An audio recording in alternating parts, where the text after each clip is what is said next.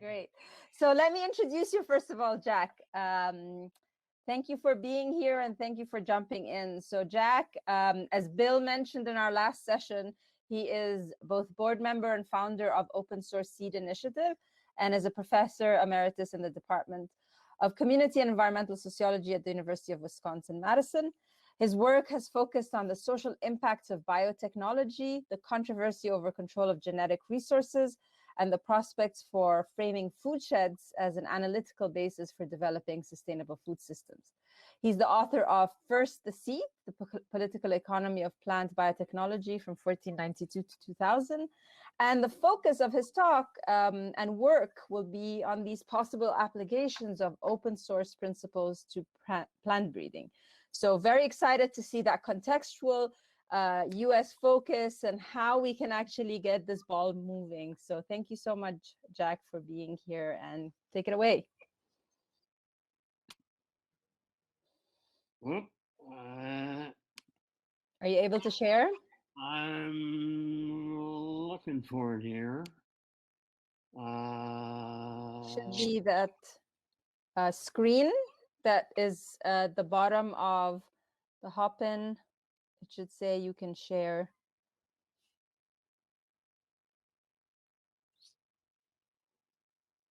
You see my screen? No. Not yet.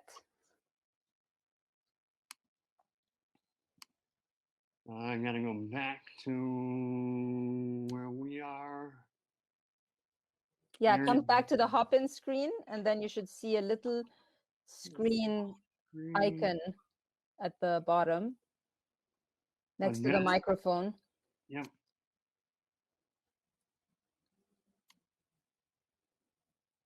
You got it? Not yet. There we go. All right. Oh yeah, ready to rock and roll. We got it now? Yes, perfect. I'm gonna leave you. Okay, cool. Greetings, city comrades, friends from all over. Thanks for joining us today. I am Jack Kloppenberg. I'm a founder and board member of the Open Source Seed Initiative. I'm going to yak at you today about freed seed from slow breeders toward seed sovereignty with open source seed. Freed seed, what's that? That's seed that is subject to the Aussie open source pledge and therefore can't be patented or otherwise use restricted. Slow breeders, well, you see a couple of them there. There's a guy from Oaxaca up in the top left corner, and down there below him is one of our Aussie breeders, Frank Morton. And I call them slow breeders to distinguish them from GMO breeders, gene jockeys, the fast breeders. Seed sovereignty, what's that all about? Well, sovereignty is about power. And power is about the authority and the ability to establish rules and regulations, the governance over seeds. Now it's largely in the hands of corporation, and the challenge is for us to move seed sovereignty from corporate hands, corporate boardrooms to people like this guy from Oaxaca, this campesino from Oaxaca, or Frank Morton, or you and I, for that matter. And open source is a modality that we are using to change the rules, to free the seed from corporate sovereignty. So what's at stake here?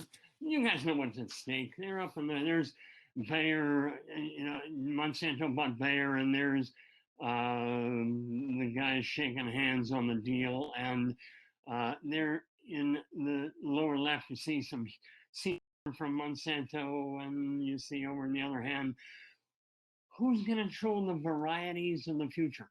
The varieties that we are going to need, as you see in the middle there, as climate changes. As climate changes, where we can grow crops is going to change. The crops themselves are going to need to change as pest parameters, as climate parameters, as rainfall changes. Who's going to be the ones who decide? Is it going to be in corporate boardrooms that the decisions get made?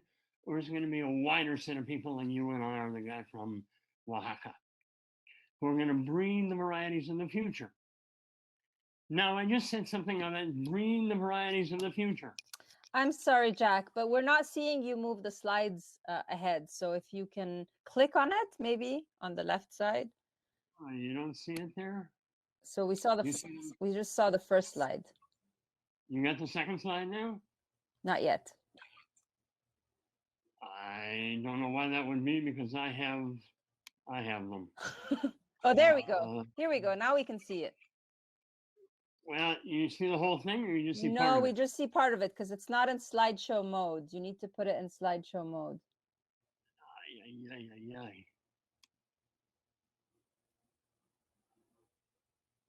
Yeah. You got it now? It takes a second. Did you click slideshow? Yeah, well, I'm working on apologies. It's all right. Sorry to interrupt you. I don't know. You got it now. Give us a second. Maybe click on from current slide. That's what I can see.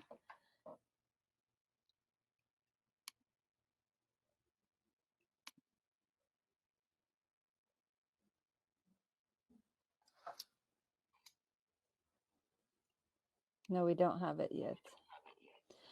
You see anything? We do see the slides, but we don't see them in slideshow. We see them just like in the presenters mode. So I wonder if it's hard for you to do that right now. If you can just click on the left side, if you can click on the actual slide, at least it'll look bigger on our slides. Well, see if it's working now.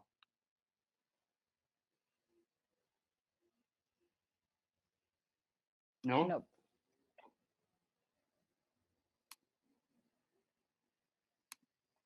Bummer. I don't know what it is. I'm in. If you click on, can you see the like the slides on the left side? Just click on like number, slide 3, if that's what you were on right now. Now we can see it a bit bigger. So let's at least have that. So once you go to the next slide, just click on that one that you're on. All right, can do. All right, thanks. Apologies, friends.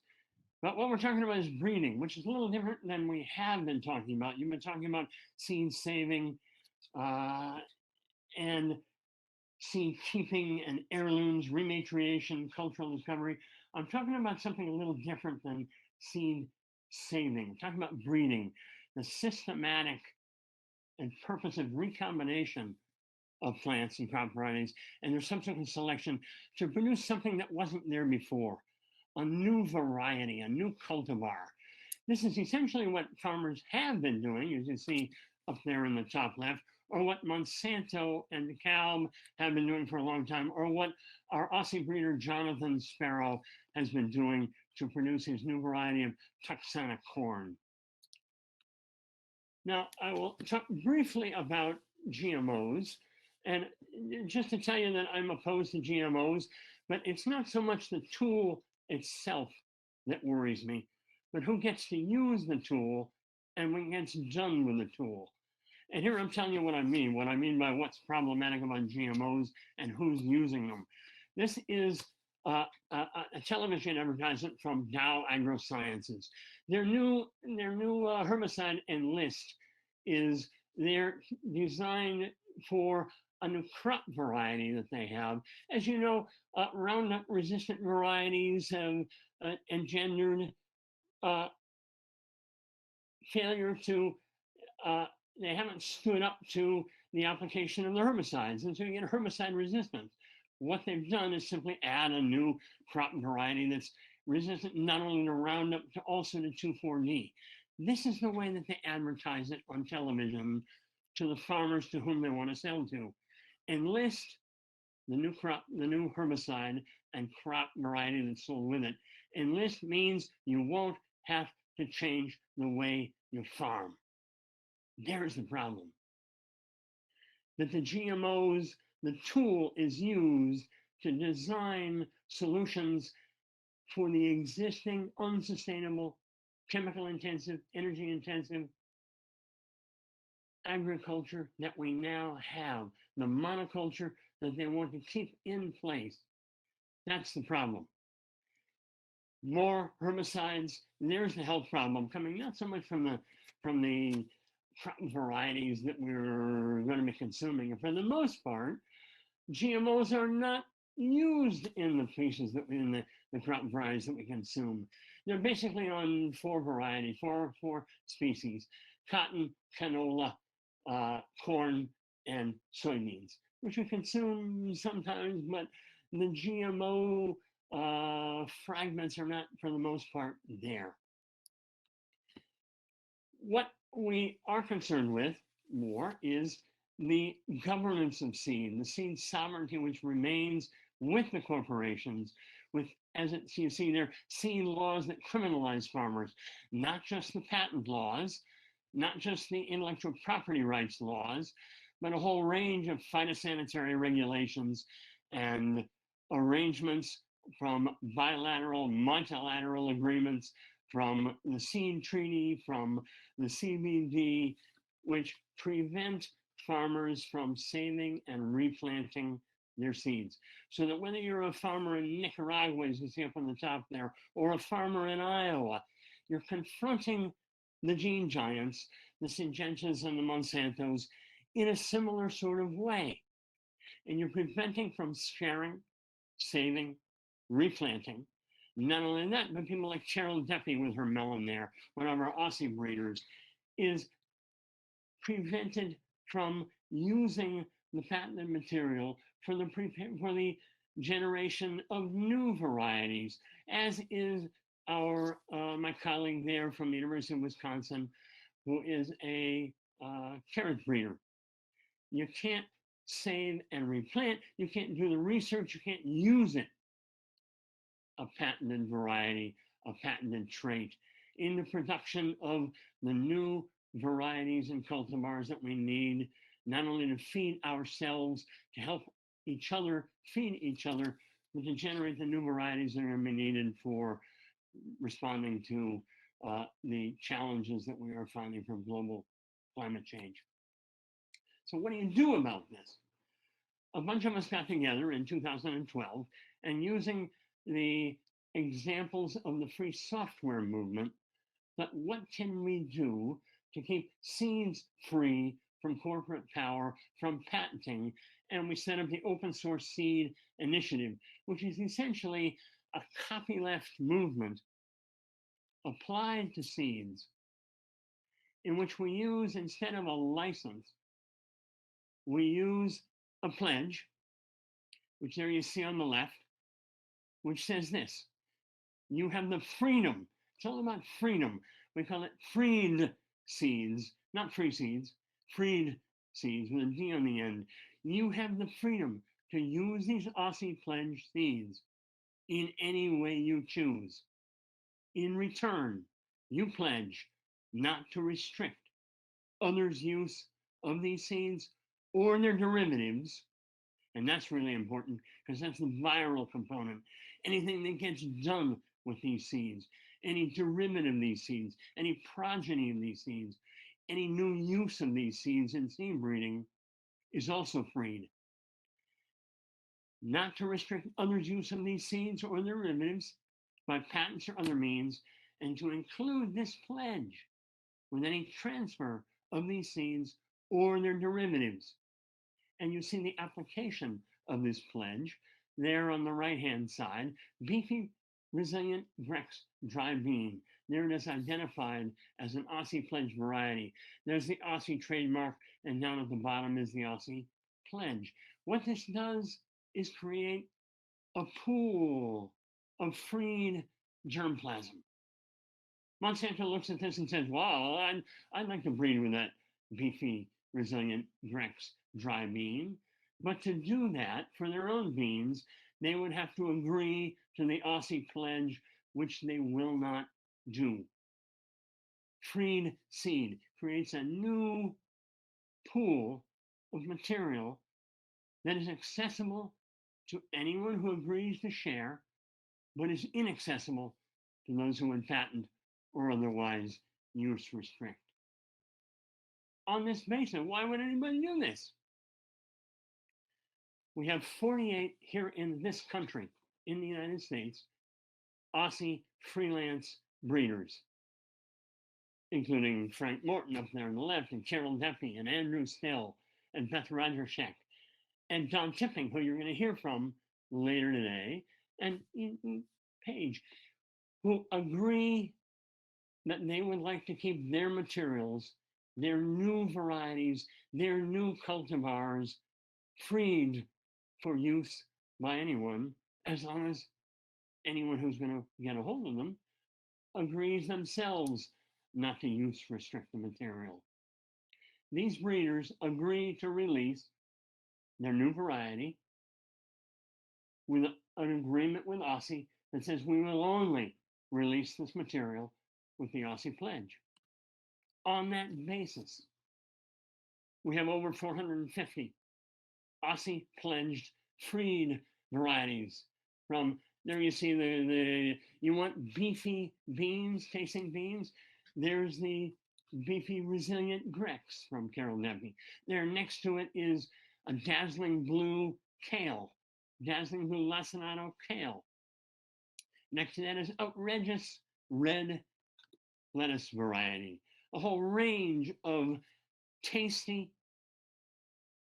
new varieties, new cultivars, bred within organic systems, locally adapted, but freely available to anyone who wants to use them and adapt them. You want, if you're in slow food, you want the sweetest delicata there is, there it is. Candy stick delicata from Carol Deppy, Fertile Valley Seeds.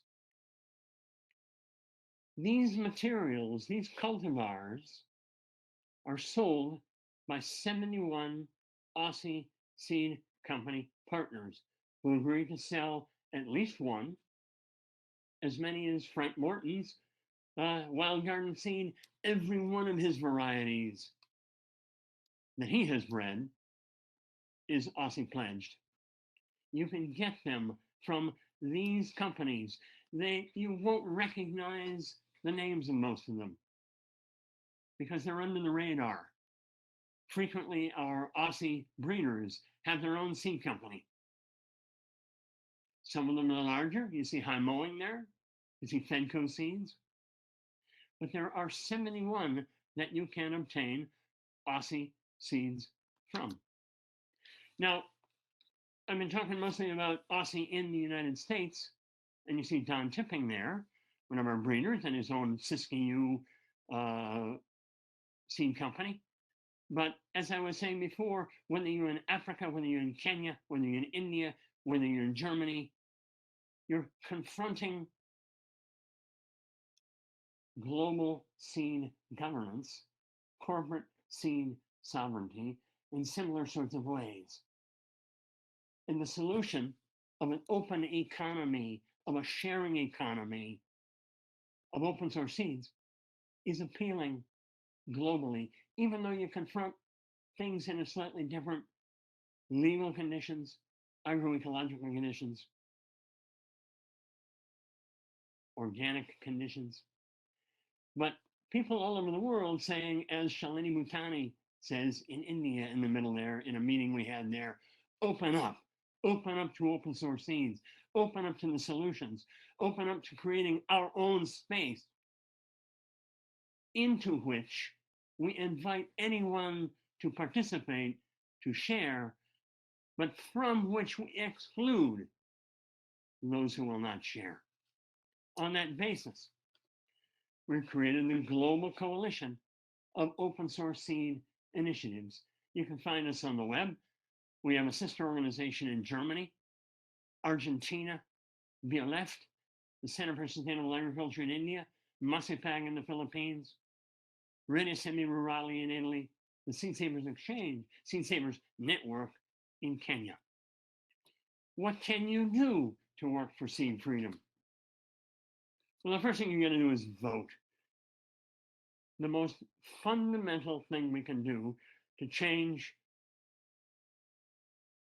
corporate seed sovereignty into something different, because corporate seed sovereignty is based on international agreements, national laws, local laws that restrict what you and I can do with our seeds, you got to change the laws. And to do that, you got to vote. At the local level, to protect your seed library. At the state level, to change the regulations that may be restricting your own seed library. At a national level, to change the patent laws. And at a national level, to change the international regulations so that the US participates differently in the International Seed Treaty and in the World Trade Organization, which the organizations that, as Karine has been explaining to you, regulate the regulations, the laws, the governance at all different levels. So you got to vote. Join an organization, whether it's a seed library or our own Aussie or the Rocky Mountain Seed Alliance or anyone that you feel connected to and would like to support. Join that organization, because we got to imagine the different ways that we would like to have our own seed sovereignty enacted if we can find the space within our own governance structures. And then, at a most fundamental level, what can you do in your own garden, in your own place?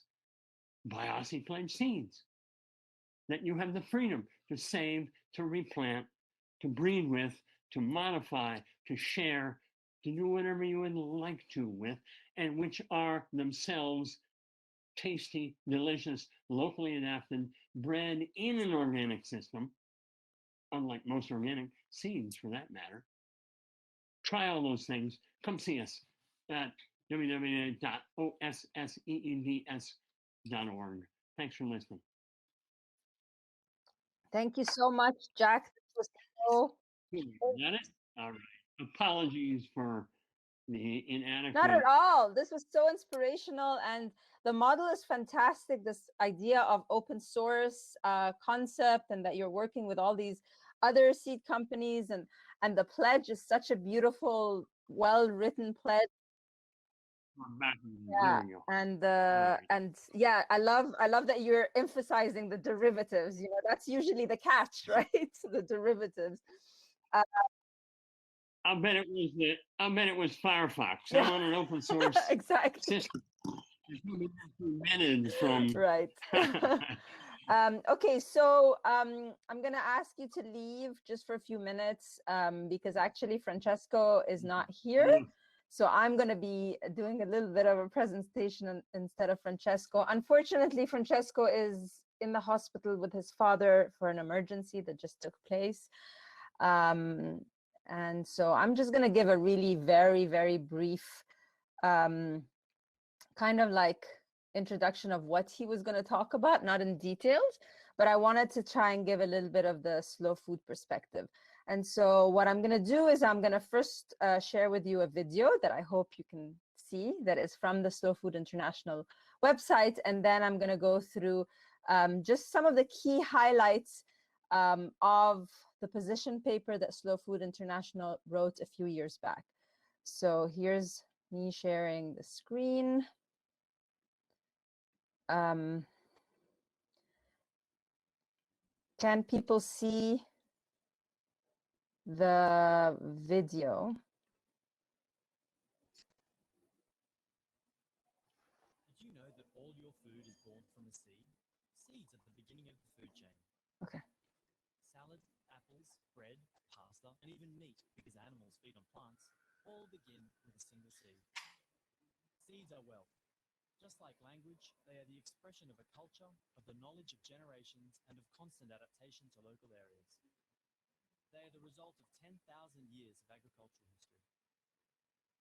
Farmers have selected thousands of varieties, whereas industrial farming has banked on only a few commercial varieties.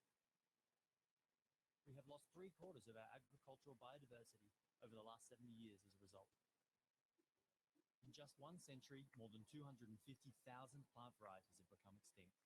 We are still losing them at an ever faster rate. Just as agriculture has changed, so has the job of the farmer. Seed selection used to be a common skill, and seeds were a common good. But today, seeds are produced in laboratories and have to be purchased year after year.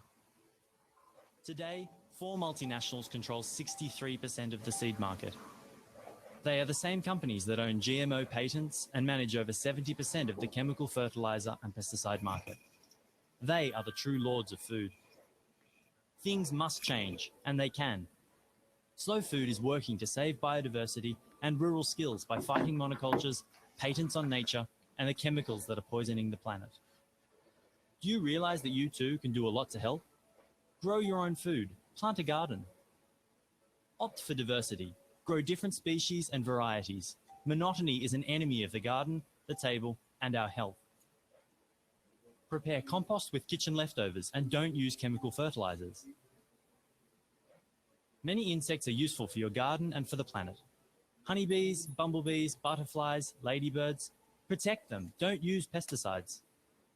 Ask older farmers to help you find traditional seeds from your local area and then plant them.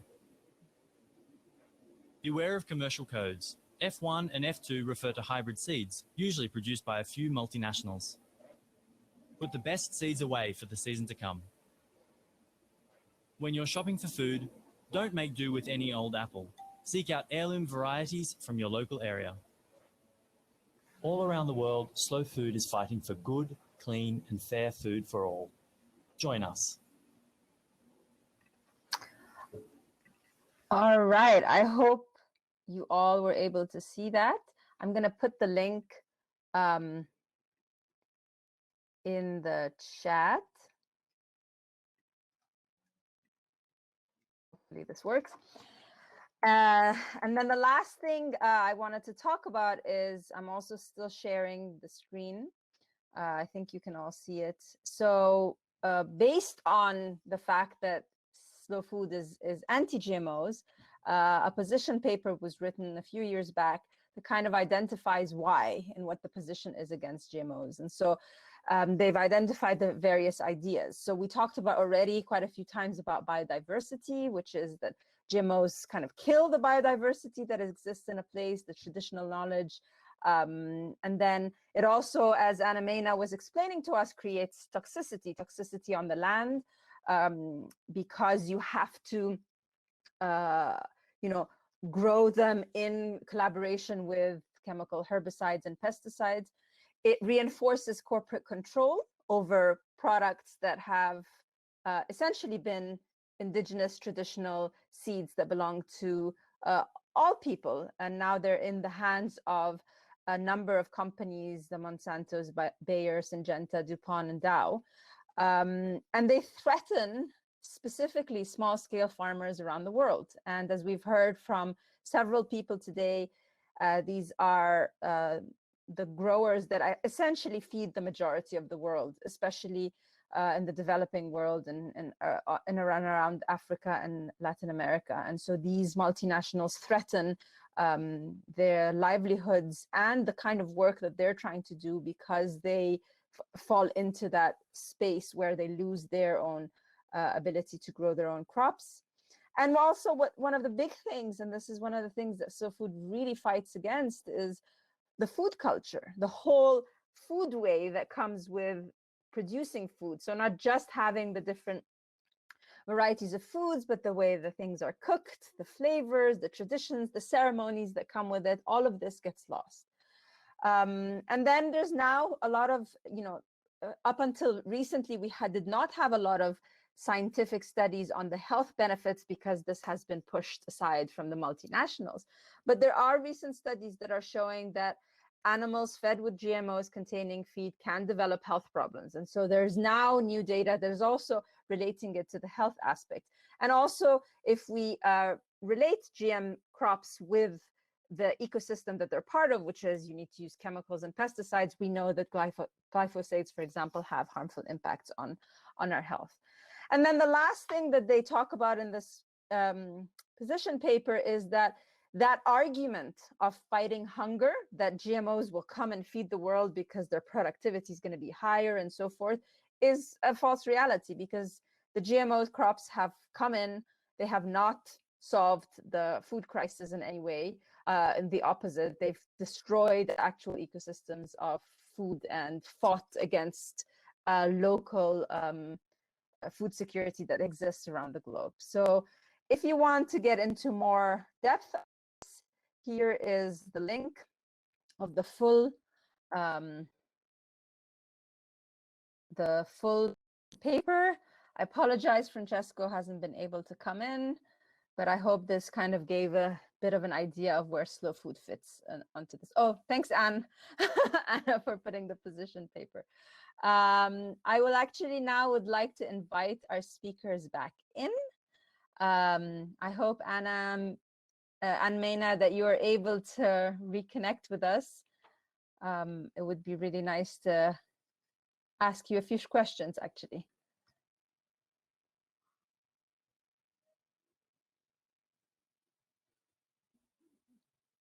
Karine and Anne and Jack.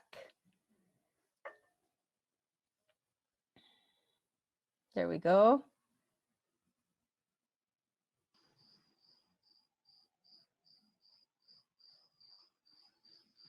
Perfect. Thanks for coming back. Again, thank you all for a wonderful presentation, information, and inspiration as well. I think I'm going to ask Anne and Amena if you can, first of all, we kind of got cut off where you started telling us about all the things you're doing to alleviate these issues. You were talking about festivals with children and so forth. We'd love to hear a little bit more about that, and then I'll take a round of questions. Thank you, Sarah. Can you hear me? Yes, we can hear you. Thank you, and I do apologize for the loss. And I've been informed that I wasn't sharing my screen. I had a presentation. My apologies, but I hope you all got what I was saying. Yeah, your storyline was wonderful. We did need to see pictures. Can I share some picture now, or? Let's try and see if it works. Okay, let me see.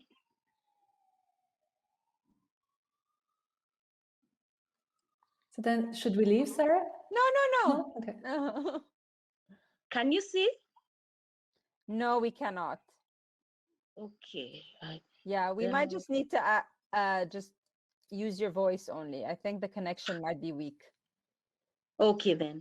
Thank you very much. So I was talking towards the end where I was talking about the work that we've been doing on the ground in supporting the construction of seed learning facilities has been quite inspiring even for us, because farmers have appreciated that they're able to access their local seed varieties, they're able to access their local food crops, the millets, the sorghum, and all those. And this has been quite inspiring for us, especially, we'd talk about GMOs on the ground and farmers would be like, but what do? We have lost a lot of our local, even maize varieties, though maize is indigenous to Mexico, but there are varieties that before even our national research organizations, like in Kenya, the Kenya Agriculture and Livestock Research Organization, before they would do research with government funding and get like varieties that were good in some areas. But now we are seeing increasingly multinationals entering that space. They are now funding national research organizations. Because of reduced funding in most of these institutions, many are willing to take that money, and it's a big challenge. I was talking about the issue of the training. They go into the universities and identify the best students in agriculture, sponsor them to their master's degrees, PhD level. These are the same students that come back into policy work, into our policy making institutions, and are influencing the process. But increasingly, there's that recognition of the need to diversify our food resources, appreciate local foods, appreciate the role of the farmers. It's quite a step in the right direction, but a lot more needs to be done. And this we are doing with various partners. Seed Savers Network is a member of BIBA Kenya, or Kenya Biodiversity Coalition, and this is work that we are supporting each other in doing. Thank you. Did I answer your question, Sarah? Yes, thank you. Thank you so much, Anamena. And good luck with all the work you're doing. So Jack, a lot of excitement about the model that you have created.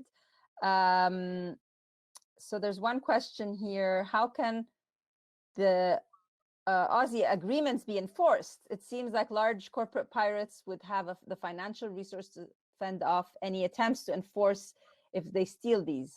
Sadly, in my own experience, a contract is useless if you can't enforce it. So this was one of the questions. Yeah, I hope that we are never in court with Monsanto. For the most part, they're not really interested in the varieties that Aussie breeders are developing, which are for local adaptation. It is actually not the large companies that most of our breeders are worrying about. It's the mid-sized companies who are in a position to appropriate a variety as it stands. And with this, since it's a new variety, and we can trace it from where it's coming from. So if it appears with the name on it, the varietal name, that we go to people and say, hey, you're really going to be joining Aussie. For the most part, the big companies are relatively sensitive to being shamed, believe it or not. The appropriation that they're engaged in is almost untraceable in any way, except for the very large examples, for example, with TEF, and that wasn't a seed company anyway. What they're doing is breeding and patenting. They're using genes, and even they can't follow what it is. So one of the problems that we all face right now is that no one knows what is being appropriated and how it's being used, the companies themselves. So it is really pretty tough to say what's being stolen. Easier in Kenya. What we find from our Seed Savers network in Kenya is that the registration system, it isn't patenting or intellectual property rights that are in the immediate front line of biopiracy in most places in Global South. It really is the phytosanitary regulations and the requirements to register. Seed Savers Network, and Anna can comment on this as well, that it is the public agencies and public breeders in the Kenyan system who are permitted to discover a variety that has been a farmer variety and register it on behalf of the government and claim materials in that sense. What we're talking about with Seed Savers Network in Kenya is how to register farmer varieties so that they're protected from the co-optation by public agencies who are themselves, as Anne has already outlined, essentially captured by the large corporations. Actually, Karine has a follow-up question to you, which is if you can talk a little bit more about the different forms of OC that takes place in different countries. Like if you can tell us more about that. Well, patenting is not, although the companies and the US State Department would like it to be so, and WIPO would like it to be so, patent regulations, unlike contracts, which is another area of law, but patenting and intellectual property rights regulations are different in the United States, in the EU, in Argentina, in Brazil, in India, and in Kenya.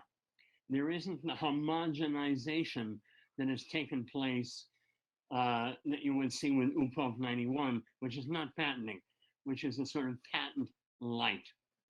And in every country in which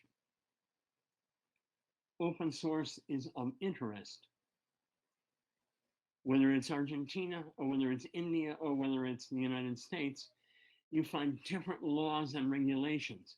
You also find a different kind of relationship with the number of seed companies and with the character of public breeding that is going on. So while we all agree on the principle that we would like to see things shared as widely as possible and not appropriated, how that gets done with the tool of open source varies completely by country. and we're sharing our experiences. But remember, this is not a panacea. It is one more tool alongside all the other tools that are being used to try and move toward a different kind of system. Thank you, Jack. So Karine, there are a couple of people who are asking you for slides. So if you are able to share them, because there's a lot of beefy information in yours. And actually, I have a question for you, which is, I was wondering how much of the different declarations and so forth were actually done by farmers and peasants. I know you said the seed sovereignty one was very much led by La Via Campesina, but I wonder in all of the others, how much of the farmers themselves were part of that process? Mm-hmm. That's a good question.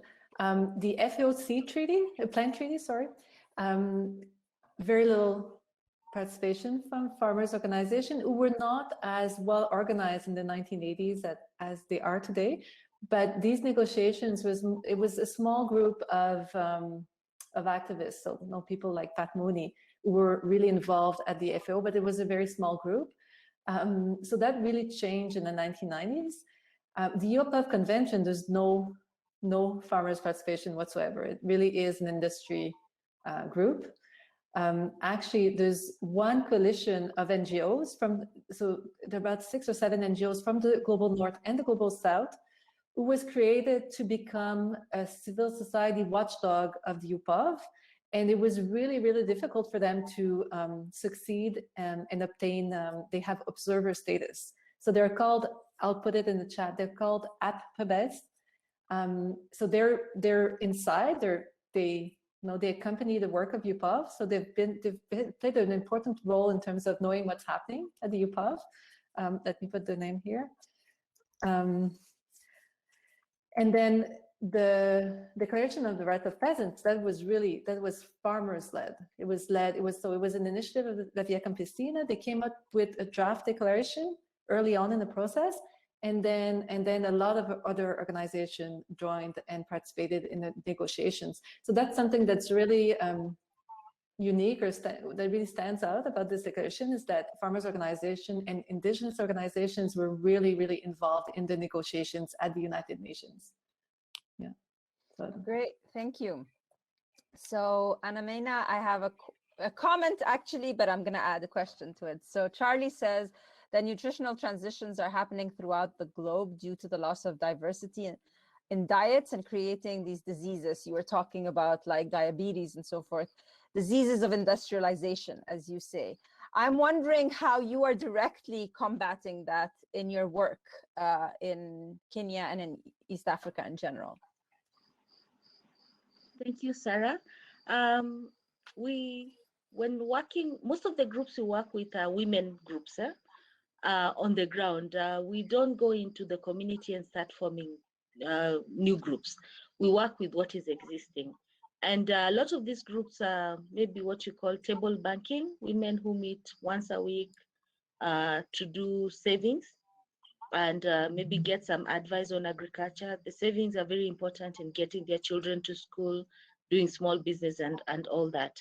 And so one aspect that we have put in our trainings is on issues of nutrition, diversity for nutrition, because quite often when you go to the village, maybe people have the notion that what is consumed in the cities is the best, the refined foods and all this, but showing that appreciation. And increasingly this is happening, working even with religious groups and health-based institutions or member organizations that are working on issues of health.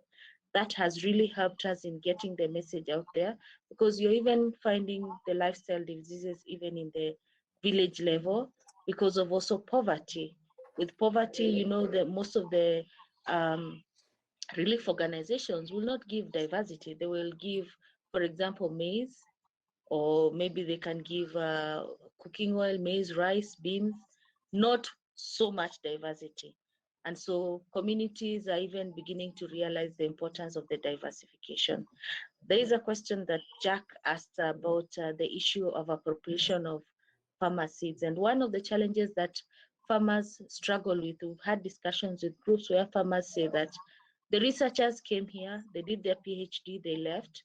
We hear our local variety. They have gone and patented it because we gave them all the properties of these varieties. And this becomes a big challenge because the farmers are grappling with the issue, do we reveal or not? We have these varieties, we know about them. Do we give them to get published, and the students or the institutions that are taking them up are going ahead and patenting them, because the farmer is considered not a breeder at all. They don't know what they are doing. They just do, they just grow the grain. In fact, we were told there's nothing like a farmer seed bank. That's grain. So that's why we call them seed learning facilities. Thank you. Thank you.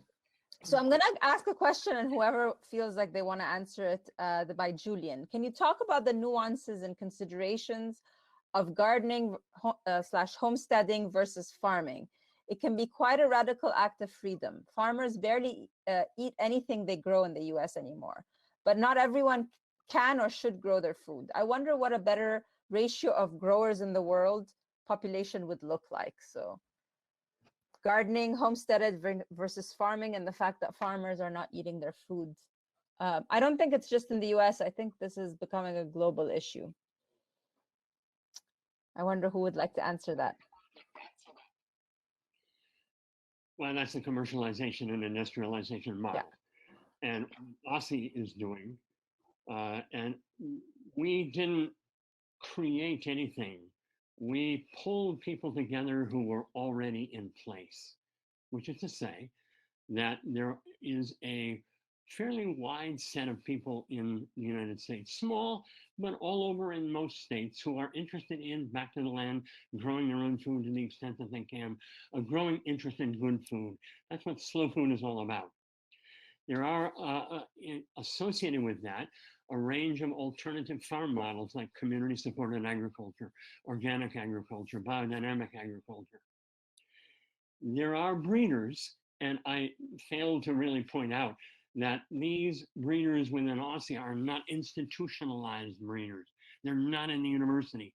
They're people who love to breed, who have learned themselves to breed, and are breeding locally adapted inorganic systems for a market that is the people in their area who need those seeds to survive on, either as homesteaders or as small producers or as farmers eating their own food or supplying to markets where people want to eat locally. The seed companies that are associated with Aussie are those same small seed companies who are selling to producers who are homesteaders or who want to produce for themselves or have gardeners like me. So it's a network that we are giving a name to and are solidifying in a variety of ways. What slow food is trying to do is what we are doing as well, is trying to expand that alternative set of producers, consumers, marketers, markets that respond to that impulse to do it differently than the larger conventional society. And that's what we're trying to do, is build that community the same way most people out there are listening to us, whether it's through a seed library or a CSA or a do-it-yourself. And what we're saying in Aussie is we have varieties that are attuned to that need and to that desire. Wonderful. So we are actually at our end of our session. I'm going to give you all a chance to any final remarks, but I would like to remind everyone that the final session we have is actually going to be more of a group work, working together to try and define Slow Food USA's position on seeds. And so I hope you've all taken in all of this, and we really want all your input. But if you would like to leave any final remarks, each one of our panelists today, that would be wonderful. And again, thank you for your time. Well, I would. I can always say more. I gave a bad answer to the guy that was asking about how do you defend and the contract doesn't work. I don't care if the contract doesn't work. Actually, Monsanto has looked at Aussie and have written about it. Their foreign readers wrote about it and said it's too Open source seed is too contagious to touch, which is precisely what we want. They can't touch it because they'd be pulled into that system. They're not interested. For the most part, they're not interested in appropriating a variety that they're going to patent. They can't do that. They're interested in the genes. They may not even be interested in the genes that most farmers have because they've got them concentrated already in gene banks. But here's the point that I want to leave you with.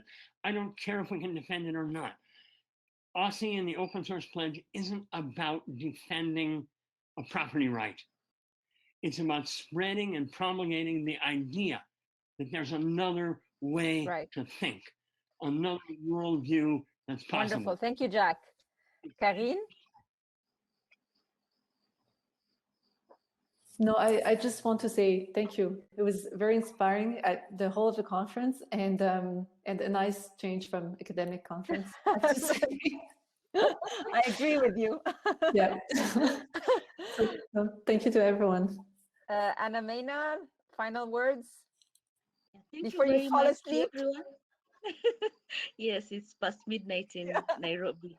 Thank you very much to everyone. I learned a lot. Thank you, Karine.